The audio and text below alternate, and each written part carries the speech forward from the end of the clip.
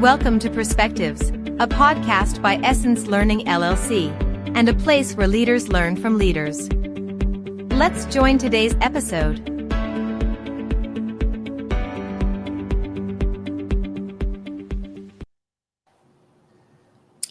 Welcome to Perspectives, a podcast by Essence Learning.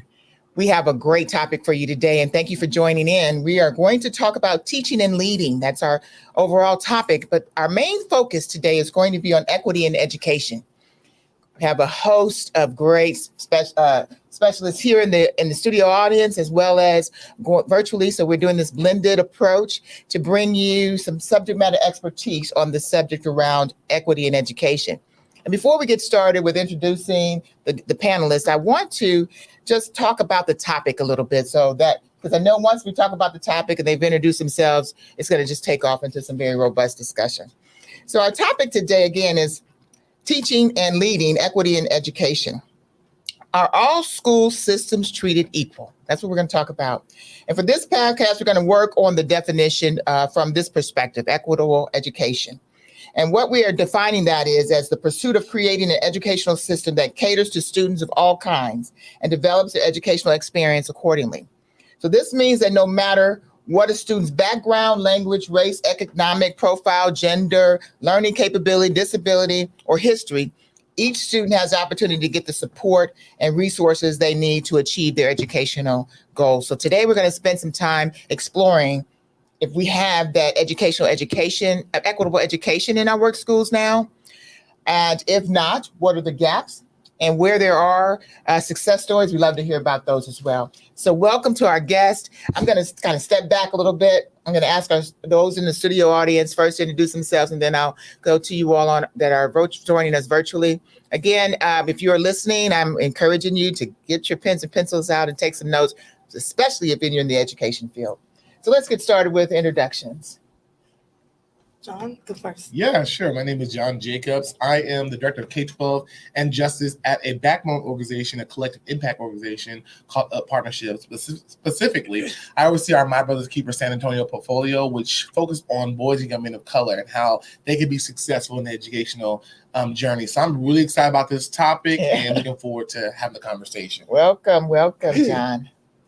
Hello, everybody. I am Kenitra Kiki Heights. I am a Director of Diversity, Equity, and Inclusion. But in the past, currently I am still a certified 8th through 12th grade speech communications and theater teacher. And before I got into my corporate field and world, I taught high school debate and high school theater as well. So that would explain a lot of things, Kiki. Welcome. Welcome. I'm going to turn to you guys who are on with us virtually. Let's start with you, Mary. You want to introduce yourself? Sure. My name is Mary Duhart-Toppen. I'm Assistant Superintendent of Curriculum and Instruction in Judson High School System. Well, welcome. Thank you. Welcome. Tait. Hello, everyone. Tait Brooks here, Assistant Director for Diversity and Inclusion at Florida International University, known as FIU in Miami, Florida. We are the largest public institution in South Florida. There, I oversee all of the program initiatives that's related to diversity and inclusion.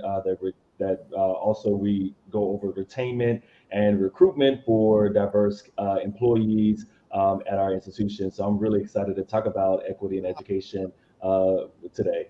In your wheelhouse, right? Thank you, Tait, for joining us. So before we actually get to talking about the subject of equity in education, I want to ask, why is it important? Or why is equity important in education? Anybody just jump in? All of you can kind of speak to that. Why is equity in education important? Well, I'll jump right there. Okay. Equity in education is important because we want all young people to be successful. We don't want one gender, one race, one demographic improving and other better than others. So we hear words like gaps and disparities. We are trying to, as educational experts and educators, to make sure that the goalpost is not moved or for certain other people. In San Antonio, in our collective impact organization, we have a citywide initiative called Future Ready. And we have a goal for 70% of young people to get a post-secondary or workforce credential, enrolled in a post-secondary or workforce credential by 2030. As a city, we are committed, with the mayor's help, with educational sectors, post-secondary, secondary, nonprofit business, to commit to that work. Because at the end of the day, that supports the workforce, jobs in the city. It improves education, improves everything. As I said, education is power. It's because it really infuses the city in regards to supporting folks to make sure that they get what they need to be successful in our communities. So that's why equity is important, so that people can meet their goals, their personal goals. Gotcha. Thank you for that. Who wants to add to that? I can add to that. Important. Yeah, Mary, thank you. That I'm coming from the K-12 world, and I've worked with Mr. Jacobs quite often, where he was before he was with this new one. But really looking at it from the standpoint, a kid that walks into a public school is coming from various walks of life, various family, social, economic statuses, and it is up to the educator to ensure that every child receives the support that they need, so equitable access to the education that is being offered in that setting. And that may be that are coming in with learning disabilities, to students that are coming in from a language barrier, sure that we level the playing field and make education equitable. And that does not mean equal, because people get those two terms mixed the same as equitable. Equal means that everybody is getting the same thing, and we know very coming from just getting the same thing is not always enough. We got to make it equitable and provide the needs of the child. Awesome. That's powerful. You said a couple of things, and I'm going to let Tait and Kiki still chime in on this for a few minutes. I just want to kind of connect what we've heard so far, that when we think about the programs that have to support even our education and within the school system. So it's not just enough, from what I'm hearing, that we have to just count on our teachers to bring this equity into the workplace. It's also our cities and our programs and things like that have to support that. But the focus is making sure that our children come to have a same playing field, right? That they can start off at the same place, so that they can, where, no matter where they're coming from or what barriers or risks they may have, that you were talking about, Mary, just to get to school, let alone get the education. So the resources. So we kind of talked about it from the perspective of the child and the student, and why equity is important in that respect, for them to have that equal footage. And I love that. And I also loved that, Troy, that you mentioned, education is a power, and right, and it affects everything that we do, our whole way of living, right? So if we don't have that education, so we'll talk about those things in a minute. But I want to kind of shift us, and maybe Tait, you and Kiki can walk us through the second part of that question around equity and education. When we think about equity from a perspective of an organization, why is it important for your staff or your facilities, or those who are doing the educating, the educators? Why is it important? Why is equity important for them? I think, that is a good transition into why I did an exit from teaching. I did an exit from teaching because of the parents, because a lot of that lies in the hands of the parents. And I wanted to translate going into the corporate world to reach them from a DEI standpoint, so the parents can change and adapt their mindset to a more equitable understanding, so that when their kids do go to school and they see those who are underprivileged, that there can be some kind of form of, we need to really understand how our schools and our staff and administrators, and they can have the skills to challenge the administrators to make the schools more equitable for all children, right? When I was teaching, there was a thing called Nickelby, No Child Left Behind.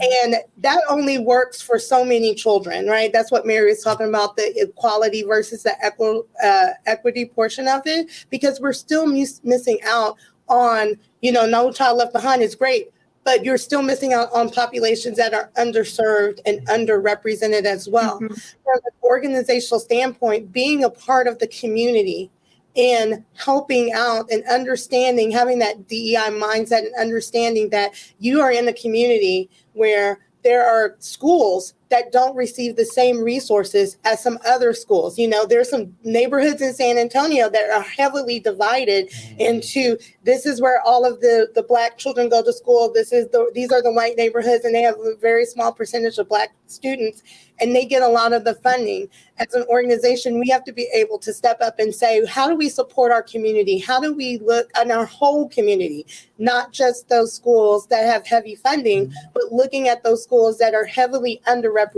as well.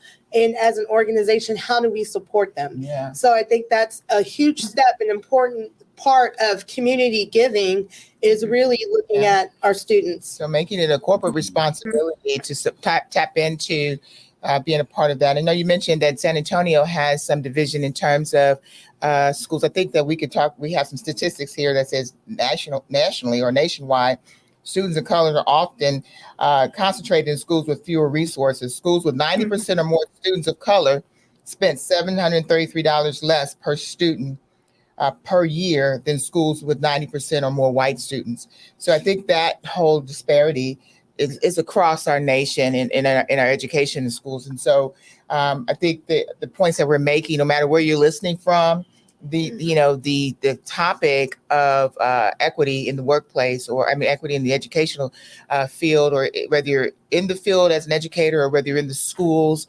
as a student, whether you're faculty, I think we have to think through why equity is important. I'm going to give you some time with this, Tait, because you're in the colleges, right? And I know part of your work, as you mentioned to me before, has been working with all of the dimensions, the students, with the faculty, with the parents, and with the stakeholders. So you have, a view of all of that. So why is equity important from your perspective? Yeah, absolutely. One of the things that I do love about John's title, or his job title, is that justice is in there. And that's what we talk about often here from an administrator and higher ed perspective, is that every student that comes through our doors deserves to experience justice, no matter where they come from, no matter what their background is. And I think that from our perspective, we do look a little deeper as to where these students are coming from and how they are prepared for college. And I will be the first to say that a lot of our administrators and faculty members lean in on a deficit view of these students. And so meaning that they look at these students with the lack thereof, right? They're coming in with being underrepresented, or they're looking at them as a minority, low income student if they came from a certain district that didn't have as much funding, or their SAT or ACT scores are not as high. Right. So my work is to reframe the way that some of the faculty members are looking at these students, right? And being able to say that these students, regardless of where they come from, still deserve their equal footing. They still deserve equal treatment as everyone across the board, right? And also looking at the way that we even talk about these students, right? So I even borrow a little bit from Dr. Byron White, who talks about a new language, right? Being able to change the way that we describe these students. Not just looking at them as underrepresented, right, but looking at them as rising scholars, right, and being able to provide the resources on our campus that perhaps their high school did not have, or perhaps their community did not have, right? So writing labs is really important. One of the things that one of the students told us during we do a climate survey is a lot of our Black Caribbean students were saying there are not a lot of scholarships in their areas that really that are identity based, right? And so one of the things that we were saying as an office is that we need to increase our scholarships for students who are specifically Black and Caribbean, right? And so we took that upon ourselves to address some inequitable resources that we noticed that scholarships at our campus was allocating more money in certain areas than the areas for Black and Caribbean students. And so addressing those issues, right, is increasing equity, allowing opportunity and access for everyone to be able to take a piece of this pie, right? This pie of justice, this pie of living equitably and freely, and without any type of ridicule or any type of barriers. I love it. I'm going to shift, Tate, because of that response just a little bit, and let us talk and share with the audience a little bit of your thoughts around the framing of the equity and how we present it, Right. and the impact that perhaps it has on the person. I'm coming in viewed as an underrepresented person, that I need more help, that I need to have. How do you think that should change within, whether in school and educating or even in the organizations? Do you think, that we need to start to think about how to refocus, how to reframe that? Yeah, I think Tate identified several strategies in regards to that. He talked about, which is one of the major DEI like 101s, is how do we establish common language, right? Does your organization have a common language? Or what does equity mean in your organization? What does diversity mean? What does these terms mean? Because they shift and change. I'm looking at the DEI person here. They shift and change in regards to different organizations. So what does your institution mean when they say we're going underserved? Do we need to use different words, right? He gave them. So common language is the first beginning, right? And then also we have to look into move from boutique and programmatic focus to system change, right? How do we look at this? How do we change systems for young people, right? I think we had times where there's programs for this and programs for that, program for that, and they really focus on 210. They're low stakes. They're the low hanging fruit. But we got to move to that system where it changes how people approach groups of people, right? And we know in some systems, when you impact one, it impacts everyone. Like if you change the system for Black and brown young boys, all different demographics benefit from looking at a system approach. So those are two things I would approach DEI with. That was strong. So establishing that common language and system changes. What else we have to add? I want to add to that because what Tate said something that really jumped out to me, which was training the faculty, right, in a DEI form to get their mindset. That faculty's impression on future teachers is so important. What doesn't happen in a lot of classes that teachers have are how to manage implicit bias in the biases that they have. So when students come into the room and say they are disabled, they could be of a lower economic status, they could be Black, brown, whatever, teachers aren't equipped to handle their biases that they have towards those people. I mean, everybody has a bias. Let's just get that straight. So it doesn't matter what you're doing. So one of the things that really does need to change and impact is our curriculum that we do have for our teachers. Because it does start there. Teachers become administrators, they become principals, they become superintendents. And so like what I love about what Tate is doing is influencing the faculty, the staff, and the students at this college to have more of that mindset so that they're prepared to handle more of those things. Gotcha. Perfect. So we're talking about establishing that common language, getting those system changes, and now we're talking about training to manage the biases and equip everyone to actually manage their own bias, right? So this is great. Very great tips. I hope we're writing this down, those of you who are listening, because we're talking about ways that we can make a difference within the education system. And Kiki brought up a point that doesn't necessarily always have to be an educator in the system. You can be in an organization that has an impact within the community. So thank you. Mary, I'm going to give you a little time on that to share if you have anything on. Yes, areas that I oversee in my current job right now is the curriculum that we use in our, one of the things, even though if you go into any kind of textbook, there's a certain look that are chosen to be taught in our English classes that students are studying, poets they're studying, and one of the things that's been a real big push, even when I was making sure that we bring in culturally relevant text so kids can see themselves and themselves and their culture and what they're writing about, and making sure of that when we're building our curriculum guides, because our district writes for our teachers, and making sure that we have diversity in what our students are writing about, and making sure that even when we're covering all sides when we're talking about events in history, and making sure that our teachers fact that we can't just show one side of a situation where we're teaching about the Civil War. We just can't read what we deem as the classic pieces that were written, and not look at works of Maya Angelou and some of the other prominent African Americans students. And then because our population is so diverse in our district, we cover every culture, and bring that into the classroom, and engage in it in a way so that all students see themselves in what they're doing in school. And I'll share personally that I have students in your district, right? I have my grandchildren are in your district, and I'll give a little story about one of my granddaughters came home and was sharing that she was studying about Martin Luther King, and so that was like a Monday or a Tuesday, and she had a book, and she was reading the book, and she had written the book herself. So it was one that she had handwritten from what she had learned. So they asked her to create a book on what she had learned about Martin Luther King, and the things that they were teaching her. We were like, we didn't know we were allowed to say that in public. It was amazing. So it was great to see that. And so the next Monday she comes over after school, and I asked her, so what are you learning today? And she said, we're still working on Martin Luther King.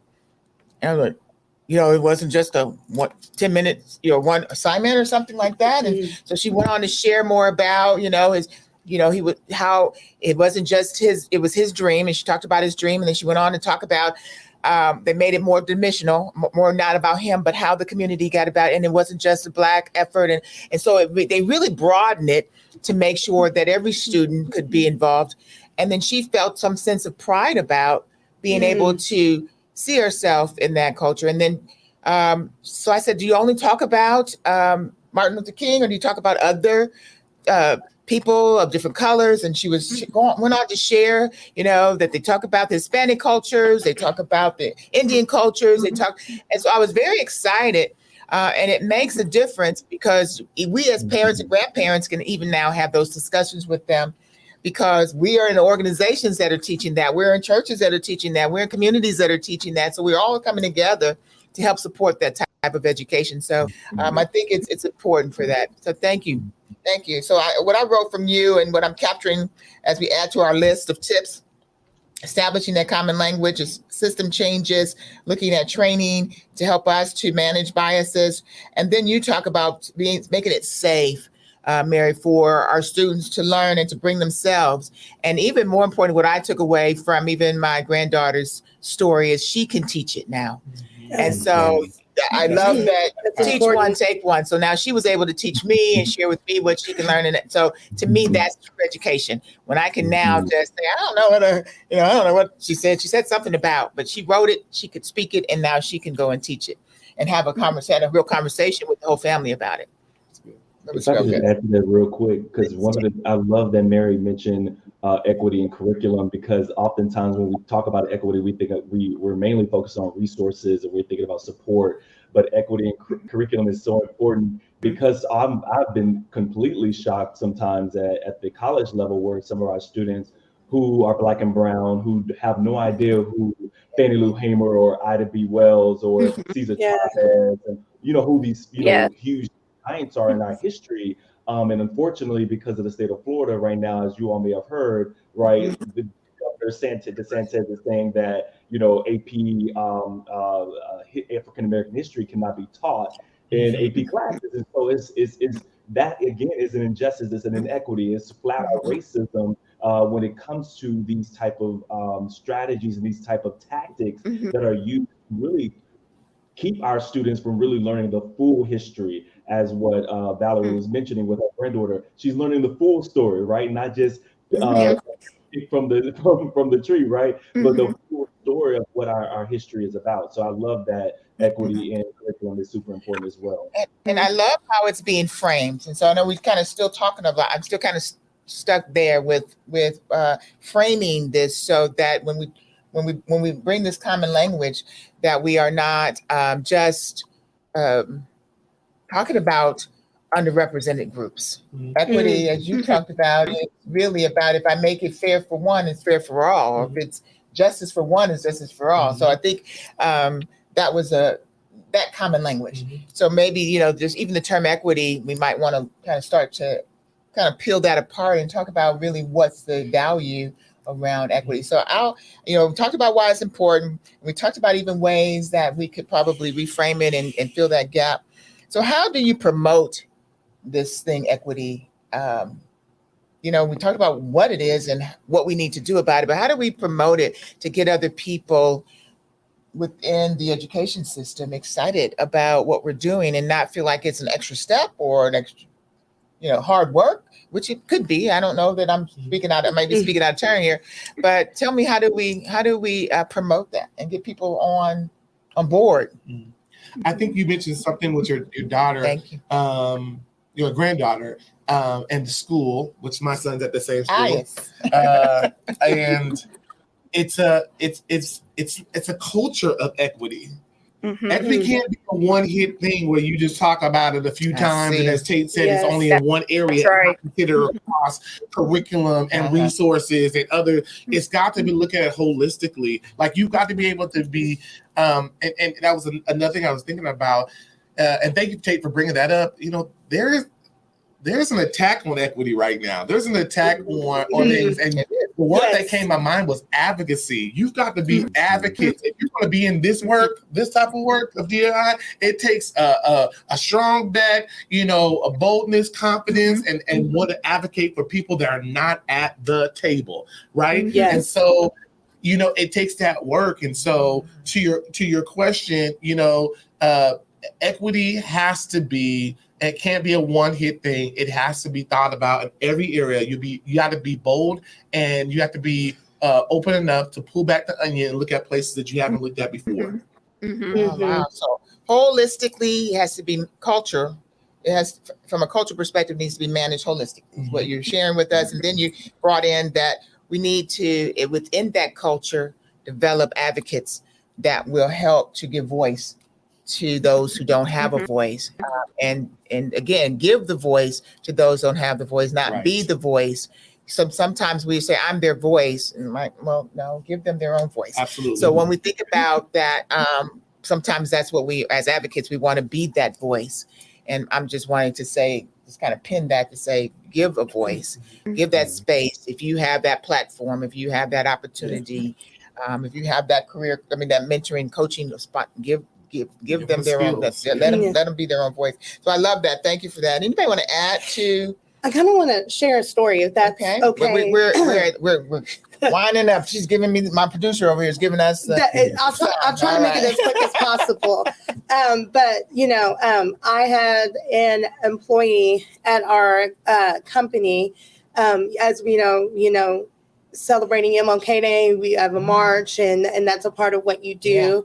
And so somebody sent me a personal note that I work with and really thanked me for the impact that I'm making in DEI, because for the first time ever, they've decided to take MLK off and to take their kids to the march, because they want their kids to be involved in the community from a cultural standpoint and for them to understand what it means.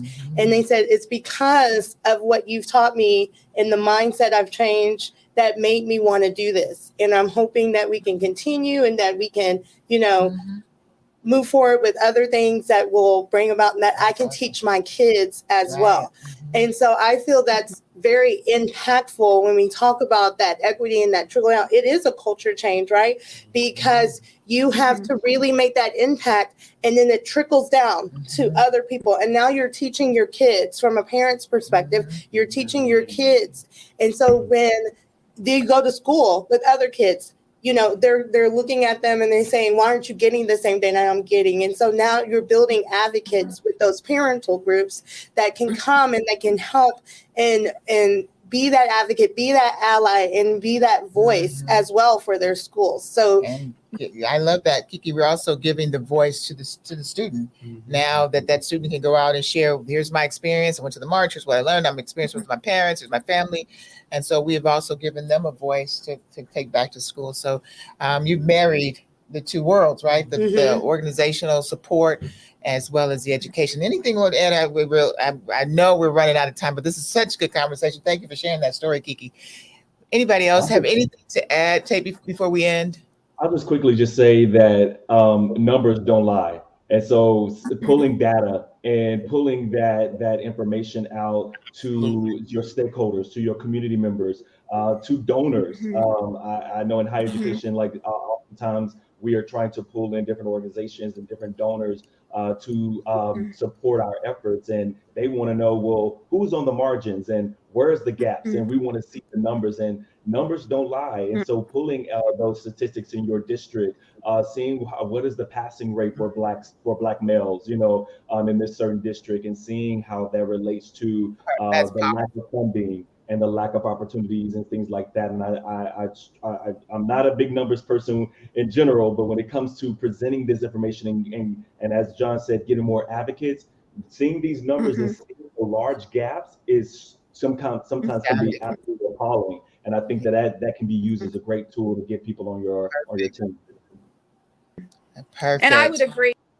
I will agree with him. Bringing the numbers in and to the table, and bringing all voices to the table to have those conversations, and then systematic change, because it does no good to look at the data and talk about what the data is saying if we're it. And so a lot of times I say, okay, now what? Now we know what we have. We have the so what do about the numbers, because you need to use data to drive movement, to drive conversations with everybody at the table, parents, teachers, students, community stakeholders, about the systematic changes that need to happen in order for the betterment of all students.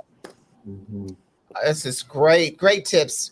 Thank you all so much. What a good conversation. Do you agree? Oh yeah. Talking about equity in the education field, we learned that it spills over in every aspect of our lives, right? And so education is powerful. And we started with that, and I think we'll end with that we as educators, we as advocates need to make sure that we are supporting all students, not just calling them underrepresented. They are students with potential, with bright opportunities in front of them, that we want to make sure our resources will support them no matter where they come from and how they get there. So it doesn't matter who you are. We want that for all of our students. And so as we think about creating that just and equitable education, we want to make sure that we create a culture that's managed holistically, that we're building advocates, and that we're using data to build our foundation. And we want to make sure that within that we're establishing system changes, and that we are establishing common language, and that we are training ourselves and others around us to manage our biases and our behavior. So I got a lot out of it. Obviously, I took some good notes, right? And I appreciate you all sharing. And thank you all for listening. I will go ahead and sign off now. But again, thank you all for the opportunity to meet with you as guests. I welcome you back at any time. We're signing off. Thank you for joining Perspectives, a podcast by Essence Learning LLC. Essence Learning is your solution to personal and professional development. We partner with our clients to develop a learning strategy that will increase productivity, enhance performance, and align with their purpose and goals. For more information, visit us online at essencelearning.net or call us at 1-877-657-5755.